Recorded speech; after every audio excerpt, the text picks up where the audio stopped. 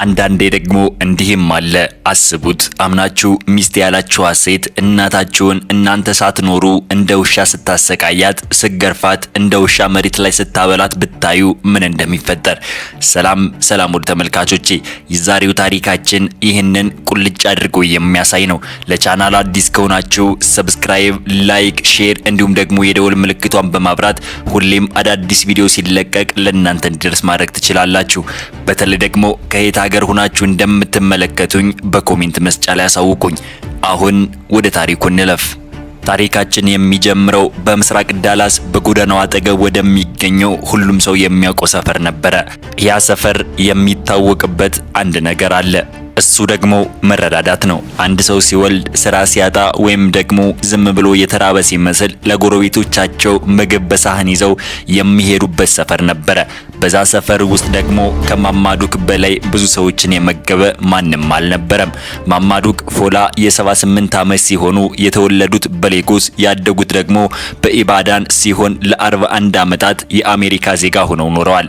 እንደ አውሮፓውያን አቆጣጠር በ1985 ከባለቤታቸው ራፋኤል ከተባለ ሲቪል መሐንዲስና ከሁለት ትናንሽ ወንድ ልጆቻቸው ጋር ወደ ቴክሳስ መጡ። ልጆቹም የ4 ዓመቶች ቲ እና አሁንም የሚጠባት ቱንዳይ ነበሩ።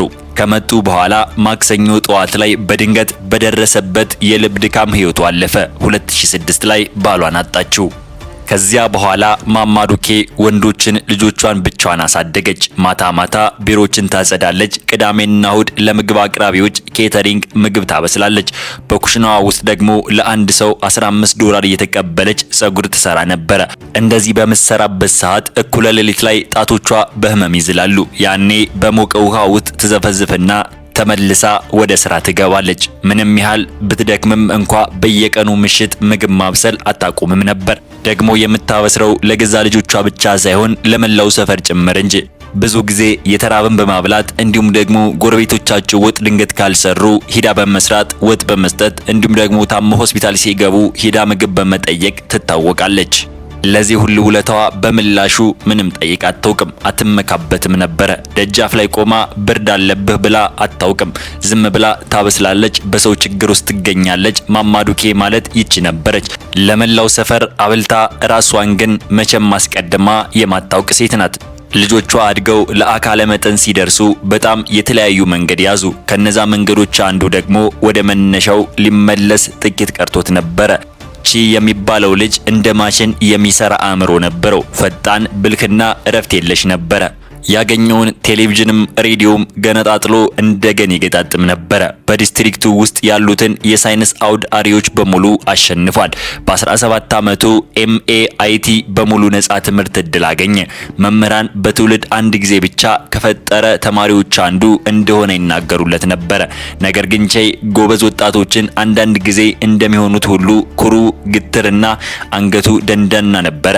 በሁሉም ነገር ላይ እኔ ብቻ ነኝ ትክክል ብሎ የሚያምንና ስህተት መሆኑን የሚጠቁመውን ማንኛውንም ሰው የሚጠላ ነበረ። ወደ ኮሌጅ ከመሄዱ በፊት የነበረው ምሽት እሱና ማማዱኬ በጣም ከባድ ጭቅጭቅ ውስጥ ገቡ። ቤቱ ለሁለት ከፍሎ ሰዎቹ በተቃራኒ አቅጣጫ እንደሚያውቁት አይነት ከባድ ጭቅጭቅ። ቼ ማማዱኬ ቤቱን ሽጣ አብራው ወደ ቦስቲንግ እንድትሄድ ፈለገ። አዲስ ህይወት ለመጀመር፣ የቀድሞውን ትግል ወደ ኋላ ለመተው። ማማዱኬ ግን አሻፈረኛለች። ይህ ቤቷ ነበረ። ጎረቤቶቿ ይፈልጓታል። ራፋኤል ባለቤቷ የተቀበረበት ከደጃፏ የ12 ደቂቃ መንገድ ላይ ነበረ። ጥላው አትሄድም። የ18 ዓመቱ ቼ እንግዲያውስ እኔ ተመልሼ አልመጣም ብሎ ደመደመ። እናም ይህን የተናገረው በሙሉ ደረቱ እንጂ በአእምሮ አስቦ አልነበረም። ማማዱኬ በኩሽናዋ መስኮት ቆማ የኋላ ሻንጣ ባለው አሮጌ ሆንዳ መኪና እየነዳ ሲሄድ ተመለከተችው። የመኪናዋ የኋላ መብራት ጥጉን ታጥፎ እስኪሰወር ድረስ አላለቀሰችም ነበረ። ከዛ ግን በኩሽናዋ ጠረጴዛ ላይ ተቀምጣ ለ1 ሰዓት ያህል በፉጣዋ እንባዋን አበሰች። ያ የሆነው 24 ዓመት ተቆጠረ። ቼ አልፎ አልፎ ይደውል ነበረ። መጀመሪያ በአመት አንድ ጊዜ፣ ከዛም በየ2 ዓመቱ አንድ ጊዜ፣ ከኋላ ላይ ደግሞ መደወል ጭራሹን አቆመ። በቴክኖሎጂ ዓለም ውስጥ ጠፋ። መጀመሪያ ሲሊከን ቫሊ፣ ከዛም ኒውዮርክ፣ ከዛ ደግሞ እሷ ልትከተለውና ልታውቀው ወደ ማትችልበት ቦታ ሄደ። ነገር ግን በሩቅ ዘመዶቹ በኩል ጥሩ እየሰራ እንደሆነ ሰማች። በኮምፒውተር ጋር የተያያዘ ትልቅ ነገር እንደሚሰራ። ነገር ግን እሱ ወደ ቤት መጥቶ አያውቅም። እሷም እንዲመጣ ጠይቃ አታውቅም። ሁለተኛው ልጇ ቱንዴ ግን አብሯት ቀረ። ቱንዴ በማንኛውም ረገድ የወንድሙ ተቃራኒ ነበረ። ረጋ ያለ፣ ዝምተኛ፣ ለስላሳ አንደበት ያለውና ድምጹን ከፍ አድርጎ ከመከራከር ይልቅ በክርክር መሸነፍ የሚመርጥ አይነት ሰው ነበረ። በአንድ የማጓጓዣ ኩባንያ ውስጥ የሎጂስቲክ አስተባባሪ ሆኖ ይሰራል። ጥሩ ስራ፣ ቋሚ ደሞዝ። የማማዱኬ ጉልበቶች መጎዳት ሲጀምሩ እና ቤት ውስጥ ያላት ደረጃዎች እለት ከእለት ፈተና ሲሆኑባቸው ቱንዴ እናቱን ወደሱ ቤት ወሰዳት። የ3 መኝታ ክፍል ቤት፣ ሰላማዊ ሰፈር፣ ንጹህ ጸጥ ያለ፣ ሳሩ በየሳምንቱ ቅዳሜ የሚታጨድ ቦታ። የኔ እናት ከእንግዲህ ይህ ቤትሽ ነው አላት፣ ሻንጣዋን ከዋናው በር እያስገባ። እስከፈለግሽው ጊዜ ድረስ ለዘላለም እዚህ መኖር ትችያለሽ። ማማዱካ ፈገግ ብለው በሁለቱም እጃቸው ፊቱን ዳሰሱት። ልጄ እግዚአብሔር ይባርክህ አለችው። ነገር ግን ይሄ ልጅ ያላወቀው ነገሩ ሁሉ የሚጀምረው ከዚህ ቤት እንደሆነ ነው። የችግሩ ባለቤትም የታንዴ ባለቤት ናት። እርሷ አንድ የማይታጠፍ ሕግ ነበራት። በዛ ቤት ውስጥ የሚተነፍስ ማንኛውም ሰው በቃላት ባይናገርም ሕጉን በደንብ እንዲረዳ አድርጋለች። ሮንኬ ፎላ የ34 ዓመት ወጣት ሜሪላንድ ውስጥ የተወለደች እና የዩሩባ ዝርያ ያላት ናት። ማንም እንኳ በእራት ግብዣ ላይ ካልጠቀማት በስተቀር ይህንን ማንነቷም ብዙም አታሳውቅም። ያንን ቤት የምትመራው አንድ ጀነራል የጦር ሰፈርን እንደሚመራ ነበረ። ሁሉም ነገር በየቦታው፣ ሁሉም ሰው በየመስመሩ፣ ምንም ነገር ስርዓት ውጭ አይሆንም ነበረ። መጀመሪያ ላይ ለማማዱካ ሁሉንም ነገር በትህትና ነገረቻት። ነገር ግን የአይነት ትህትና በአንደበት ብቻ የሚወጣ እንጂ ከልብ የሚመነጭ አልነበረም። እንግዶች ባሉበት ጊዜ እናቴ እያለች ትጣራታለች። እናም ፈገግ ትል ነበረ። ቱንዳይ ቤት በሚሆንበት ጊዜ የሽማግሌዋ ክፍል ንጹህ መሆኑን ታረጋግጥ ነበረ። ነገር ግን ባሏ በወጣ ሰዓት በመጀመሪያ ቀን የማማዱኬን የምግብ መጠን አሳነሰች። ቀድሞ ሙሉ ሩዝና ወጥ ይቀርብበት የነበረው ሳህን አሁን ግማሽ ከዛም ሲሶ አድርጋ ትሰጣት ነበረ። በመጨረሻም ሮኒ እና ጓደኞቿ በልተው የተረፋቸው ምግብ አንድ ላይ አድርጋ ትሰጥ ጀመረ። የሚበቃ ምግብ አልነበረም ትል ነበረ ኖሪ። በሽማግሌው 3 ማንኪያ ደረቅ ሩዝና ምንም ስጋ የሌለው የዶሮ አጥንት ያለበት ሳህን እየሰጠቻት ነገ ተጨማሪ ግሮሰሪ ይገዛለሁ። ያ ነገ ግን መቼም አልመጣም። ማማዱካ ምንም አልተናገሩም። የተሰጣቸውን በልተው እግዚአብሔርን አመሰገኑ። በመቀጠልም ቤቱ እሳቸው ላይ መጥበብ ጀመረ። እናቴ እባክሽ ሳሎን አትቀመጪ፣ ትራሶች አሁን ነው በባለሙያዎች አሳጥቤ ያመጣኋቸው። እናቴ የፊት ለፊቱ መታጠቢያ ቤት አትጠቀሚ፣ የኋላውን ትንሽዬውን ተጠቀሚ። እናቴ ዛሬ ማታ እንግዶች አሉ፣ ክፍልሽ ውስጥ ብትቀመጪ ብትደበቂ ይሻልሻል ትላት ነበረ። ቤቱ 3 መኝታ ክፍሎች፣ 2 ሳሎኖችና የመግቢያ ክፍልና ሙሉ ወጥ ቤት ነበረው። ነገር ግን በ3 ወራት ውስጥ የማማዱካ ዓለም ወደ አንዲት ትንሽ ክፍል ተጠቃለለች። ወደ እንጨት አጥር የሚመለከተው ጠባብ መስኮት ወዳላት የኋላ መኝታ ክፍል። አሁን ሀገራቸው ያች ብቻ ነበረች። አብዛኛዋ ቀናቸው አልጋው ላይ ጠርዝ ላይ ተቀምጠው መጽሐፍ ቅዱሳቸውን ያነቡ ያሳልፉም ነበረ። ቱንዳይ እቤት ሲሆኑ ሁሉም ነገር ይቀየራል። የምግብ ሳህኖቹ ይሞላሉ፣ የሳሎኑ በሮች ይከፈታሉ። ሮኒ በድምጿ ውስጥ ፍቅር አክላ ፈገግ እያለች እናቴ ትላለች፣ ወይንስ ደግሞ ተጨማሪ ሻይ ይፈልጋሉ እያለች ትጠይቃታለች። ማማዱካም የራሳቸውን ገጸ ባህሪ ተላብሰው ይተውናሉ። ምክንያቱም ለልጃቸው እውነቱን ቢናገሩ ትዳሩ እንደሚፈርስ ያውቃሉ። ሮንኬ ይህንን ታውቃለች። የሽማግሌዋን ትዕግስት ማየት ትችላለች። ዝምታዋ ተሰምቷታል። እናም እንደ ጦር መሳሪያ ተጠቀመችባት። ማማዱካም ዝም እስካለች ድረስ ሮንኬ የፈለገችውን ማድረግ ትችላለች። ስለዚህ ግፍ እየባሰ እጅግ እየከፋ ሄደ። ማንም ሰው ይህንን እንዲያይ አትፈልግም ነበር። ዋናው ነጥብም እሱ ነበረ። ለተወሰነ ጊዜም ማንም አላያትም ነበር። የካቲት ወር ማክሰኞ ምሽት ነበር። ቱንዴ በምዕራብ ቴክሳስ የቴክኖሎጂ ስራ ሄዶ ለ9 ቀናት ርቆ ነበረ። ቤቱ ጸጥ ብሏል። ማማዱኬ በስተጀርባ ባለው ክፍል ውስጥ አልጋቸው ጠርዝ ላይ ተቀምጠው መጽሐፍ ቅዱሳቸውን ገልጠው መዝሙረ ዳዊት እያነበቡ ሳለ በኮሪደሩ በኩል የሮንኬ ድምጽ ተሰማ። ማማ ኑ አረፍ በሉ ኑ ከኔ ጋር አለች። ከዛም ማማዱኬ ቀስ ብለው ተነሱ እና ኩሽና ውስጥ ገቡ። ነገር ግን ሳህናቸው ያለው ወለሉ ላይ ነበረ። እዛም ከእንጨት ወንበር እግር አጠገብ በቀዝቃዛው ወለል ስር ላይ ተቀምጧል። ሩዝ፣ ትንሽ የቲማቲም ወጥ እና በትንሽነቱ የተነሳ መኖሩም ብዙም የማይታወቅ አንዲት ቁራጭ የዶሮ ስጋ ለእንስሳት እንደሚቀመጥ ምግብ ወለሉ ላይ ተቀምጧል። ሮንኬ በኩሽናው ጠረጴዛ ላይ ተቀምጣ ከነጩ የሸክላ ሳህን ላይ የራሷን እራት እየበላች ነበረ። የቀይ ወይን ብርጭቆ በእጇ አጠገብ አለ እና ሹካና ቢላዋ ልክ ባለ 5 ኮከብ ሆቴል እንዳለ ሰው በከፍተኛ ጥንቃቄ ይንቀሳቀሳሉ። ቀና ብላ አላየቻትም። ንጹህ ሳህን አልቆብኝ ነው አለች ሮንኬ። አይኖቿ ስልኳ ላይ እንዳለ ነበር እንደዚያ ያለችው። እዚያው መብላት ትችያለሽ፣ አለበዚያ አትቢ፣ ምርጫሽ ያንቺ ነው አለቻት። ምንም አልተናገሩ። በቀዝቃዛው ወለል ላይ ሰውነታቸውን ሳያደላድሉ እና በባዶ ጣቶቻቸው ከሰደሩ ላይ በሉ። በቀዝቃዛው የወለል ሰድር ላይ ያለውን ሩዝ በአንድ ጊዜ አንዲት ቅንጣት ያነሱ ለቀሙ። ጀርባቸው ጎብጧል። ጉልበታቸው በጠንካራው ገጽ ላይ ጭኗል። የ78 ዓመት አዛውንቷ ሰውነታቸው ልክ እንደምትጸልይ ሴት መሬት ላይ ታጥፎ ነበረ። ይሁን እንጂ ይህ አምልኮ አልነበረም። ይህ በህይወት የመቆየት ትግል ነበረ። ከእሳቸው 3 ጫማ ያህል ርቀት ላይ ደግሞ ሮንኬ ጠረጴዛ ላይ ተቀምጣ ወይኗን እየጠጣች ስልኳን እየሸፈነች እየነካካች አንዱን እግሯ በሌላው ላይ አጣምራ አንዴም እንኳን ወደ ታች ቀና ብላ ሳታያት ቀረች። ይህ የመጀመሪያው አልነበረም፣ የመጨረሻውም አይሆንም። ቱንዴ የሄደ ቁጥር ሳህኑ ወደ ወለሉ ይወረወር ነበረ። እናም አንዳንድ ጊዜ ምግብ ይኖረዋል፣ አንዳንድ ጊዜ ደግሞ ምንም የሌለው ተራሩዝ ብጭጭ በጨው ብቻ ይሆን ነበረ። አንድ ጊዜ ሮንኬ የራሷ ሳህን ላይ የተረፈውን ግማሽ የተበላና የቀዘቀዘ ምግብ በኩሽና ወደ አንድ ወገን ገፍታ ወለሉ ላይ አስቀመጠችው። ከዚህ ቤት ውስጥ ምግብ አላባክንም አለች። ማማዱኬ ግን ስለዚህ ጉዳይ አልቅሳም አታውቅም። አሁን ደግሞ ሌላው ነገር ሊመጣ ነው። ብሌሲንግ የ22 ዓመት ወጣት ነበረች። ከ6 ወራት በፊት በኢስተን የመጣች የትርፍ ሰዓት የቤት ሰራተኛ ሆና ለመስራት ነበረ። ሮንኬ ምግብ ማዘዝ በማትፈልግበት ጊዜ ማጽዳት፣ ልብስ ማጠብና ቀላል ምግብ ማብሰል ትሰራለች። ሮንኬ የቀጠረቻት ወጣት፣ ርካሽ፣ ጸጥተኛና ጥያቄ የማትጠይቅ ስለነበረች ነው። ነገር ግን ብሌሲንግ አይኖቿ ነበሯት። ወለሉ ላይ ያሉትን ሳህኖች አይታለች። ማማዱኬ በእራት ሰዓት ኩሽና ውስጥ ተንበርክከው አይታቸዋለች። አሁን ደግሞ ሮንኬ ጠረጴዛዋ ላይ በወይን በሞላ ሳህን ተቀምጣ ሳለ የ78 ዓመቷ አዛውንት በባዶ ጣቶቿ በሰደሩ ላይ ሩዝ ሲለቅሙ አየች። እናም ይህ ልቧን መልሶ ልትጠግነው በማችለው መልኩ ሰበረው። አንድ ቀን በየካቲት ወር መጨረሻ ላይ ሮንኬ ወደ ፎቅ መኝታ ክፍሏ ከሄደች በኋላ ብሌሲንግ ወደ ቤት በስተጀርባ ሄደች። የማማ አዱኬን በር በዝግታ አንኳኳች። ማማ በማለት በሩን በጥቂቱ ከፍታ በሹክሹክታ ተናገረች። ከዛም ነቅተዋል በማለት ጠየቀቻት። ልጇ መስሏት ግባ ልጄ አሉ። ማማዱኬ አልጋው ጠርዝ ላይ ተቀምጠው ነበረ። አይኖቻቸው ረጥበው ነበረ፣ ነገር ግን ፊታቸው ጸንቶ ነበረ። ልክ ሌሎች ሰዎች መተንፈስን እንደሚለማመዱ እሷም መረጋጋትን የተለማመደ ሴት ፊት ነበረ።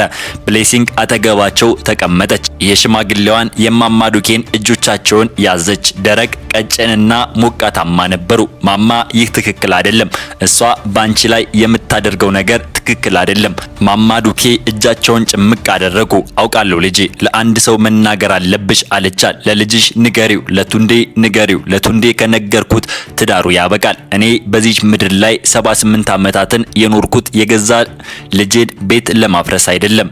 እንግዲያውስ እኔ ለአንድ ሰው እናገራለሁ አለች። ብሌሲንግ ይበልጥ ተጣጋች። ሌላ ልጅ አለሽ ጥሎ የሄደው ቼ ብላ ነገረቻት። ማማዱኬ ዝም አሉ። አይኖቻቸው ወደ መስኮቱ ወደ አጥርና ሁልጊዜም ያለፈውን ታሪክ በራሳቸው ሲያንኳኳ ወደሚሄዱበት ቦታ አቀኑ። ቼ ካልደወለ 5 ዓመት ሆኖታል አሉ። አሁን የት እንደሚኖር እንኳን አላውቅም። ብሌሲንግ እጆቻቸውን አጥብቀው ያዙ። እኔ አገኘዋለሁ ብላ ቃል ገባች። ከዛ ግን እንዴት ብላ ጠየቀቻት። ማማ እኔ የ22 ዓመት ወጣት ነኝ፣ ስልክ አለኝ፣ ኢንተርኔትም አለኝ፣ እመኒኝ አገኘዋለሁ ብላ ማለችላት። ብሌሲንግ 11 ቀናት ፈጀባት። ሮንኬ ሁሌም በመተኛበት ሰዓት በየቀኑ ማታ ትፈልግ ነበር። በልብስ ማጠቢያ ክፍል ውስጥ አልጋዋ ላይ ተቀምጣ በሩን ዘግታ የስልኳን ብርሃን ቀንሳ የኩባንያ መዛግብትን፣ የሊንክዲን ፕሮፋይልን፣ የቴክኖሎጂ ኮንፈረንስ ተነጋጋሪዎችን ዝርዝር፣ የስታርት አፕ ዳታ ቤዞችንና የኢንቨስትመንት ፈንድ ማስታወቂያዎችን ትመለከት ነበር። እናም በ11ኛው ቀን ምሽት ስልኳን ከፍራሿ ላይ ልትጥለው እስክትቃረብ ድረስ በፍጥነት እንድትቀመጥ ያደረጋት አንድ ነገር አገኘች። ከ6 ወር በፊት የታተመ መስኬት አጠጥፋ አርስቱን እንዲህ ይላል: የዚንስ ግሪን ቴክኖሎጂ መስራት ቼ ፎላ የቢሊዮነሮች ክበብን ተቀላቀለ። በአርስቱ በታች አንድ ፎቶግራፍ ነበረ። በኒውዮርክ ሚድታውን ውስጥ የሚገኝ መስታወት ህንጻ ላይ ፊት ለፊት የቆመ ጥቁር ለብሶ የለበሰው ረጅም ሰፊ ትከሻ ያለው ሰው፣ ጠቆር ያለ ቡናማ ቆዳ፣ ከፍ ያለ ጉንጮቹ እና ልክ እንደ ማማዱኬ አይኖቹ የሆኑ ጥቁር ጠንከር ያሉና ትኩር ያደረጉ አይኖች ነበሩት። ብሌሲንግ ማያ ገጹን ለረጅም ጊዜ ትኩር ብላ አየች። ልቧ ይመታ ነበረ። የማማዱኬ የበኩር ልጅ ብሌነር ነበረ። 14 ቢሊዮን ዶላርና በበረራ የ6 ሰዓት ያህል ርቀት ላይ ነበረ። ብሌሲንግ ብዙ ሰዎች ራሳቸውን አሳምነው ከማድረግ የሚቆጥቡትን አንድ ደፋር ነገር አደረገች። በዚንስ ግሪን ቴክኖሎጂ ድረገጽ ላይ የመገናኛ ቅጽ አገኘች። 3 አረፍተ ነገር ብቻ ጻፈች። አቶ ፌሻላ፣ ስሜ ብሌሲንግ ይባላል። በዳላስ በሚገኘው የእናት ቤት ውስጥ ነው የምሰራው። እሳቸው በወለል ላይ ነው የሚበሉት። እዛም ስልኳን ዘግታ ጠበቀች። ይህንን በአሁኑ ሰዓት እያዩ ከሆነ ይህ ታሪክ ደሞን የሚፈላ ከሆነ ብቻዋን አይደሉም። ምክንያቱም ሩንኪ በዚያ በኩሽና ወለል ላይ ከዛች ሴት ላይ ያደረገችው ነገር ጭካኔ ብቻ አልነበረም። የ3 ቀናት ዝምታ በየሰዓቱ ስልኳን ትፈትሽ ነበረ። እያንዳንዱ ማስታወቂያ የልብ ትርታዋን ይጨምር ነበረ። እያንዳንዱ ንዝረት ግን የሐሰት ማስጠንቀቂያ ነበረ። ምንም የለም። ለ5 ዓመታት ውስጥ ማንም ስለሱ የሰማው ነገር አልነበረም። በረከት ምንም የሰማው አይመስልም ነበር። በዛም በአራተኛው ቀን ጠዋት በ12 ሰዓት 47 ላይ ስልኳ የኒውዮርክ መለያ ቁጥር ባለው መልእክት ነዘረ። 4 ቃላት ብቻ። አድራሻውን ላኪልኝ ያለው ያ ብቻ ነበረ። ቺ ፎላ በ24 ዓመታት ውስጥ ወደ ዳላስ እግሩን አላስገባም ነበር። የሄደው በ18 ዓመቱ በቁጣ የተሞላ ሙሉ ስኮላርሺፕ ቂምና የፕላስተር የተያዘ ሻንጣ ይዞ ነበር። እኩለ ሌሊት ላይ በመኪናው ወጡ። ዳግመኛ እንደማይመለስ ለራሱ ምሏል። አሁን እሱ የ42 ዓመት ጎልማሳ በዓለም ላይ ካሉ ትላልቅ አርቲፊሻል ኢንተለጀንስ መሰረተ ልማት ኩባንያዎች አንዱ የሆነው የ14 ቢሊዮን ግምት ያለው የ6 አገሮች ውስጥ ቢሮ ያሉት 3000 ሰራተኞች ያሉትና ከ62ኛ ፎቅ ሆኖ ሴንትራል ፓርክን የሚመለከት ሰማይ ጠቀስ መኖሪያ ቤት ያለው ሲሆን በዚንግ ቴክኖሎጂ ብቸኛ ባለድርሻና መስራች ነበረ።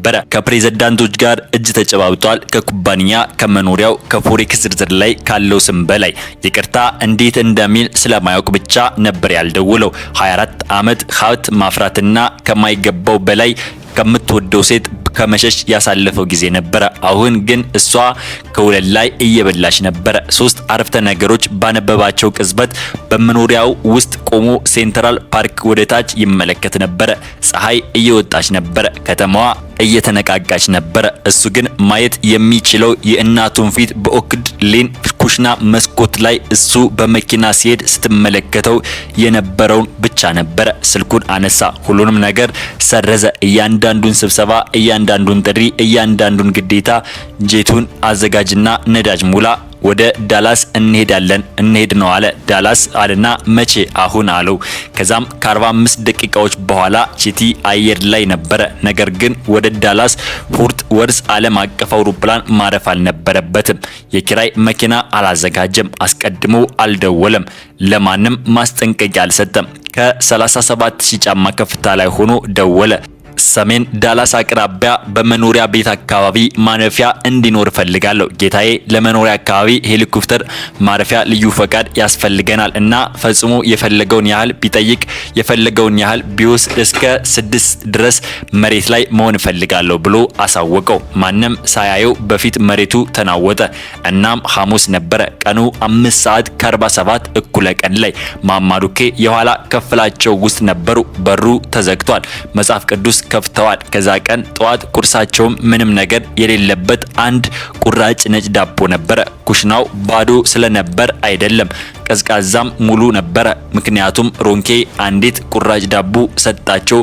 የማይቀዘቅዘውን በር ዘግታ ሂዳ ነበረ። ሮንኬ ሳሎን ሶፋ ላይ ተቀምጣ ታብሌቷን ጭኗ ላይ አድርጋ በቀዝቃዛ ቡና ከእጇ ጋር ነበረ። ነገር ግን ስልኳን በየ30 ሰከንዱ ስልኳን ትፈትሽ ነበረ። ከዛም ሰማችው ዝቅተኛ ንዝረት ጥቅል ልክ ከመሬት ተነስቶ በመሰረቱ በኩል ወደ ጎድን አጥንቷ ውስጥ እንደሚገባ የባስ ዜማ በዛ እየጮኸ በጣም እየጮኸ መጣ። የሮንኬ ሶፋ እጅግ ላይ የነበረው በቀዝቃዛ ቡና ተንቀጠቀጠ እና ሊገለበጥ ምንም አልቀረውም። ቤቱ በሙሉ ተንቀጠቀጠ። ሮንኬ ቀጥ ብላ ተቀመጠች። ይህ ምንድነው? ድምፁ ወደ ጩኸት ተቀየረ። አውሮፕላን አይደለም፣ አውሮፕላኖች ያርፋሉ። ይህ ድምፅ ግን አያልፍም ነበረ። ይህ ድምፅ ወደ ታች እየወረደ ነበረ። ታብሌቷን ወደ ጎን ወርውራ ከሶፋው ላይ ዘላ ተነስታ ወደ ፊት ለፊት መስኮት ሮጠች። መጋረጃውም በሁለት እጆቿ ወደ ኋላ ሳበችው። አንድ የሚያብረቀርቅ ጥቁር ሄሊኮፕተር በጅሪው አድራይቭ መጨረሻ ላይ በሚገኘው ባዶ ቦታ እየወረደ ነበር። ጩኸቱ የሚያደነቁር ነበረ። ይህ ምንድነው? ሄሊኮፕተር መሬት አረፈ። ከዛም ሄሊኮፕተሩን ካሳረፈ በኋላ ወደ ቤት አመራ። ሰውየው ተመለከታት። አይኖቹ ረጋ ያሉና ጽኑ ነበሩ። ነገር ግን ከበስተጀርባው ጥልቅ ጥቁርና የተደረበ እና አደገኛ የሆነ ነገር ስለነበረ ሮንኬ ሳታስበው ወደ ራሷ ቤት አንድ እርምጃ ወደ ኋላ እንድታፈገፍግ አደረጋት። እናቴ የታለች አላት። ሮንኬ አይኖቿን እያርገበገበች ይቅርታ አለች። ካላወቅሽኝ እንቺ መታወቂያዬን እኔ የሷ ልጅ ነኝ አላት። አዱኬ ፋላ እናቴ ናት። እኔ የበኩር ልጅ ነኝ። ድምፁ አንድ እርከን ዝቅ አለ። አልጮህም፣ ይልቁንም ጎረነነ። አንድ ወንድ ጠይቆ ሲጨርስ የሚናገረው አይነት መንገድ እና ለአንድ የመጨረሻ ጊዜ እጠይቅሻለሁ፣ የት ነው ያለችው? እሷ ክፍል ውስጥ ናት አለች ሮንጌ። በመጨረሻም የጀርባዋ መኝታ ክፍል ውስጥ ቺዲ አልፏት ሄደ። ፍቃድ አልጠየቃትም። ጫማውን አላወለቀም። ታብሌቷን አሁንም ሶፋው ላይ ተቀምጦ ወደ ነበረበት ሳሎን በመቀጠልም በምግብ ቤቱ አልፎ በኩሽናው በኩል ሲያልፍ አይኖቹ ለሰከንድ ያህል በወለሉን ቃየ። ሁሉንም ነገር መዘገበ። ከዛው ብሌሲንግ የታጠፈ ፎጣ ደረቷ ላይ አቅፋ እንባ በሁለቱም ጉንጮቿ ላይ እያፈሰሰ በበሩ ላይ ቆማ ወደ ነበረችበት የልብስ ማጠቢያ ክፍል አለፈ። በኮሪደሩ በመጨረሻ በር ላይ ቆመ። ያቺ ወደ አጥሩ የሚመለከት አንዲት መስኮት ያላት ትንሽ የጀርባ መኝታ ክፍል ላይ ከፍተው ማማ አዱኬ አልጋው ጠርዝ ላይ ተቀምጠው ነበረ። መጽሐፍ ቅዱስ ጭኗ ላይ ነበረ። በበሩ ድምጽ ስትሰማ ቀና ብላ ልጇን አየችው። ከ24 ዓመታት በፊት ጥሏት የሄደው ያን ልጅ አየችው። ልጇ የበኩር ልጇ ከቤቷ የበለጠ ዋጋ የሚያወጣ ልብስ ተሽቆጥቁጧል። እንባ በአይኖቹ ላይ እየቀረረ በበሩ ላይ ቆሟል። ልጄ ብላ በሹሹታ ተናገረች። ከሁሉም እርምጃ ክፍሎች አቋርጦ መጣ። ከፊቷ ተንበርክኮ ሁሉንም እጆቿን ያዘ። ማማ አለ። ድምፁ ተሰበረ። ማማ ይቅርታ አድርግልኝ፣ በጣም አዝናለሁ። ጥዬሽ በመሄዴ አዝናለሁ። ባለመደወሌ አዝናለሁ። እዚህ ባለመገኘቴ አዝናለሁ። ለእያንዳንዱ ቀን ይቅርታ ጠይቃለሁ። ማማ ዱኬ ሁለቱንም እጆቹን ፊት ላይ አደረገች። ጉንጮቹን አቀፈች። መንጋጋውንና ቆዳውን እንዲሁም በ18 ዓመቱ ያልነበረውን በጀሮ አካባቢ ያለው ሽበት ዳሰሰችው። ተመለስ ቃለችው። ድምጿ የጸና ነበር። አይኖቿ ረጥበዋል። ነገር ግን ያ ያረጀ ውብ የ78 ዓመት ፊቷ ፈገግ ብሎ ነበር። ዋናው ነገር ይሄ ብቻ ነው። ከዛ ግን ቆመ። ፊቶቹን በሁለቱ እጆቹ ጠረገ። ጃኬቱን አስተካከለ። ተመልሶ ወደ ኮሪደሩ በኩል ወደ ኩሽናው አመራ። ሮንኬ እጆቿን አጣምራ አገጯን ቀና አድርጋ አሳቢ፣ አፍቃሪ እና ሙሉ በሙሉ አስመሳይ የሆነ ፊቷን ለማሳየት ዝግጅቷን ጨርሳ በጠረጴዛው አጠገብ ቁማ ነበረ። እናትን ከዚህ በጣም በጥሩ ሁኔታ እንደተያዘች እንድታውቅልኝ እፈልጋለሁ። ከዚህ በመኖሯ ደስተኞች ነን። ቤተሰባችን አካል ናት። እኛ እንደ ብላ ሳትጨርስ ሳህኖቹን አሳየኝ አላት። ኖሪ ንግግሯን አቋረጠ። አፏን በሙሉ በሰከንዶች ከፈተች፣ ከኋላ ዘጋች። ምን ነው ሳህኖች አለች። አሳየኝ ሲል ጠየቃት። አልተንቀሳቀሰችም። ፈገግታዋ አሁንም ፊቷ ላይ ነበረ። ነገር ግን አይኖቿ ከበስተጀርባዋ ሞተው ነበረ። በመስታወቱ በሩን ከፈተ። 6 ነጭ የሸክላ ሳህኖች የጸኑ የተነባበሩ ያልተነኩ በኩሽናው መብራት ስር ያንጸባርቁ ነበሩ። አንዱን አውጥቶ በብርሃኑ ስር አየው። 6 ሳህኖች አሉ። ሁሉም ንጹህ እና ሁሉም ሳህኑ በጥንቃቄ ጠረጴዛው ላይ ተቀምጠው ነበረ። በመቀጠልም ወለሉን ተመለከተ። በኩሽናው ስድር ላይ ጨረቶች ነበሩ። ለብ ያሉ ነገር ግን የት እንደሚታይ ለማይታወቅ ሰው በግልጽ የማይታዩ ሳህን መሬት ላይ ተቀምጦ ከአንድ ወንበር እግር አጠገብ በተመሳሳይ ቦታ ተደጋግሞ ሲገፋው የሚፈጠር ግጭት። ከዛም እናቴን ከዚህ ወለል ላይ እንድትበይ ያደረግሻት። ይህ ጥያቄ አልነበረም የፍርድ ውሳኔ እንጂ። ልክ እንደዛ ብሎ እንደጠየቃት ሰውነቷ ከ2 ኢንች ያህል ያነሰ መሰለ። እኔ የምትለውን አላውቅም አለች። ያለችው ነገር ይህ አይደለም ብሌሲንግ አለች። እሱ ድምጹ ላላነሰም አያስፈልግምም ነበር። ኩሽናው በጣም ጸጥ ያለ በመሆኑ የተነሳ የፍሪጁን ድምጽ መስማት ይችል ነበር። ብሌሲንግ ወደ ኩሽናው ገባች። አይኖቿ አሁንም እንባ ረጥበው ነበር። በዚያ እጇም ስልኳን ይዛ ነበር። ከዛ ጠራትና አሳያት ብሎ አዘዛት። ብሌሲንግ ስልኳን ከፍታ ስክሪኑን አዞረችው። በስክሪኑ ላይ በአንድ ማክሰኞ ምሽት በልብስ ማጠቢያ ክፍሉ ደጃፍ የተቀረጸ ባለ 12 ሰከንድ ቪዲዮ ነበር። ቪዲዮውን ማማ አዱኬ በኩሽናው ወለል ላይ ተንበርክከው ሁለቱም እጆቻቸው መሬት ላይ አሳርፈው በባዶ ወለል ላይ ከተቀመጠ ሳህን ላይ ሩዝ ሲበሉ ያሳያል። ከበስተጀርባ ደግሞ ሮንኬ ፋራ በኩሽናው ጠረጴዛ ላይ ተቀምጣ በቀኝ እጇ የወይን ብርጭቆ ይዛ በግራ እጇ ስልኳን ይዛ አንዴም እንኳን ቁልቁል ሳትመለከት ስልኳን ስትጎረጉር ያሳያል። 12 ሰከንድ ሮኒ የምታውቀው ህይወት እንዲያበቃ የፈጀው ይህ ብቻ ነበር። ስክሪኑን አፈተተችበት። አፏ ተከፈተ። ምንም ቃል አልወጣም። ጠበቃዬ አሁን የቤትሽን መኪና ማቆሚያ ላይ ቆሟል አላት። ድምጽ በተረጋጋ ቁጥጥርና የተደረገበት ነበር። ዛሬውኑ ቀኑ ሳያልቅ 3 ነገሮችን ይፈጸማሉ። አንደኛ ይህ ቤት ወደ እናቴ ስም ይዘዋወራል። የዛሬው የሥራ አይነት ሳያበቃ ይጠናቀቃል። ሁለተኛው ዛሬውኑ ይህንን ንብረትሽ ጥለሽ ትወጫለሽ። ወደዚህ ትዳር ይዘሽ የመጣሽውን ብቻ ይዘሽ ትሄጃለሽ።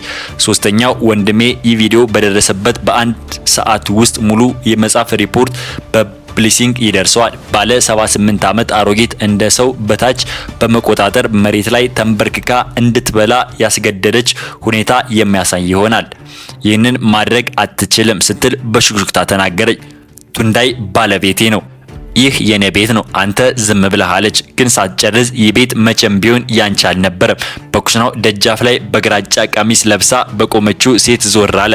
የንብረት ዝውውሩን ጀምሪ፣ የቱንዳይ ደውይ፣ ቪዲዮውን ላኪለት። ሴትዮዋ አንገቷን ነቀነቀች። ቦርሳዋን በጠረጴዛው ላይ ከፈተችና ሰነዶችን ማጣራት ጀመረች። ከቀኑ 1 ሰዓት ከ15 ላይ ሁለተኛ መኪና ደረሰ። በውስጡ ይቺ የህግ ባለሙያዎች የኒውዮርክና የዳላስ መካከል ባለው አየር ላይ ተዘጋጅተው የመጡትን የሰነድ አቃፊ ይዘው ነበር።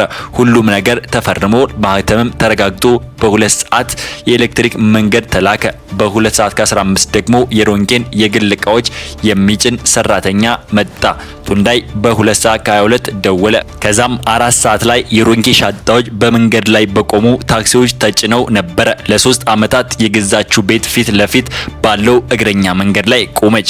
ከዛም ልጇ ከ24 ዓመት በኋላ ከማማዱኬ ጋር በኩሽና ጠረጴዛ ላይ ተቀመጠ። የለበሰውን ሰማያዊ ልብስ አውልቆ ነበር። ያረጀ ጂንስና ተራ ግራጫ ቲሸርት ለብሶ ነበር እና ለ24 ዓመታት ለመጀመሪያ ጊዜ በዚህ ቦታ ተቀምጦ እናቱ ያቀረበችለትን ማንኛውንም ነገር እንደሚበላ ልጅ ይመስል ነበር። በመካከላቸው ጠረጴዛ ላይ 2 ሙሉ ሳህኖች ነበሩ። ሩዝ፣ የፍየል ስጋ ወጥ፣ 2 ረጃጅም የቀዝቃዛ ውሃ ብርጭቆዎች ነበሩ። ማማዱኬ አብስላ ነበር። ከወራት በኋላ ለመጀመሪያ ጊዜ በዚህ ምድጃ ላይ ቆማ ለገዛ ልጇ ምግብ ሰራችለት። ሰራተኛዋ ልትረዳት ሞክራ ነበር። ማማዱኬ ግን ይህንን እኔ ራሴ አሁን እሰራዋለሁ ስትል በምልክት አበረታታች። ማማዱኬ በአንድ ወቅት በቀዝቃዛ ውስጥ በባዶ እጇ መሬት ላይ ተንበርክካ በነበረችበት በዛ ኩሽና ውስጥ በእውነተኛ ሳህኖች ላይ አብረው በሉ። በመስኮቱ ውጭም ሄሊኮፕተር ተቀምጦ ነበር። አብራሪው ከጎኑ ተደግፎ የውሃ ጠርሙስ እየጠጣ በዳላስ ሰማይ በብርቱካናማና በወርቃማ ቀለም ሲቀባቡ ይመለከት ነበር። ጎረቤቶች ወደ ውስጥ ተመልሰው ነበር። የ22 ዓመቷ ብሌሲንግ የተባለችው የልብስ ማጠቢያ ክፍሉ ውስጥ ፎጣዎችን የምታጥፍ ወጣት አንዲት አሮጌ ሴት ተንበርክካ ስታይ አይታ እንዳላየች ለማለፍ ፍቃደኛ አልሆነችም። እሷም ገንዘብ አልነበራትም፣ ስልጣን አልነበራትም፣ ሄሊኮፕተር ወይም ደግሞ የህግ ባለሙያዎች ቡድን አልነበራትም። ስልክ፣ 3 አረፍተ ነገሮችና ሁሉንም ነገር የሚቀይር ድፍረት ነበራት። ብሌሲንግ በዛ ምሽት ወደ ሌላ አቅጣጫ ብታይ ኖሮ በዚህ ፎጣዎች ማጠፏን ብትቀጥል ኖሮ የራሷ ጉዳይ እንዳልሆነ ለራሷ ነግራ አፏን ዘግታ ብትቀመጥ ኖሮ ማማዱኬ አሁን ከዛ የኩሽና ውልል ላይ ትሆን ነበረ። ሰላም ውድ ተመልካቾቼ፣ አንዳንድም እንደዚህ አይነት ነገር ያጋጥመናል። ከዛሬው ታሪካችን እርግጠኛ ነኝ ብዙ ነገር ተምራችሁበታል ብዬ አስባለሁ። በቀጣይ በሌላ ቪዲዮ እስከምንገናኝ ቸር ሰንብቱ፣ ቸር ቆዩ። ሰብስክራይብ፣ ላይክ፣ ሼር ላደረጋችሁ ደግሞ ማድረጋችሁን እንዳትረሱ። ፒስ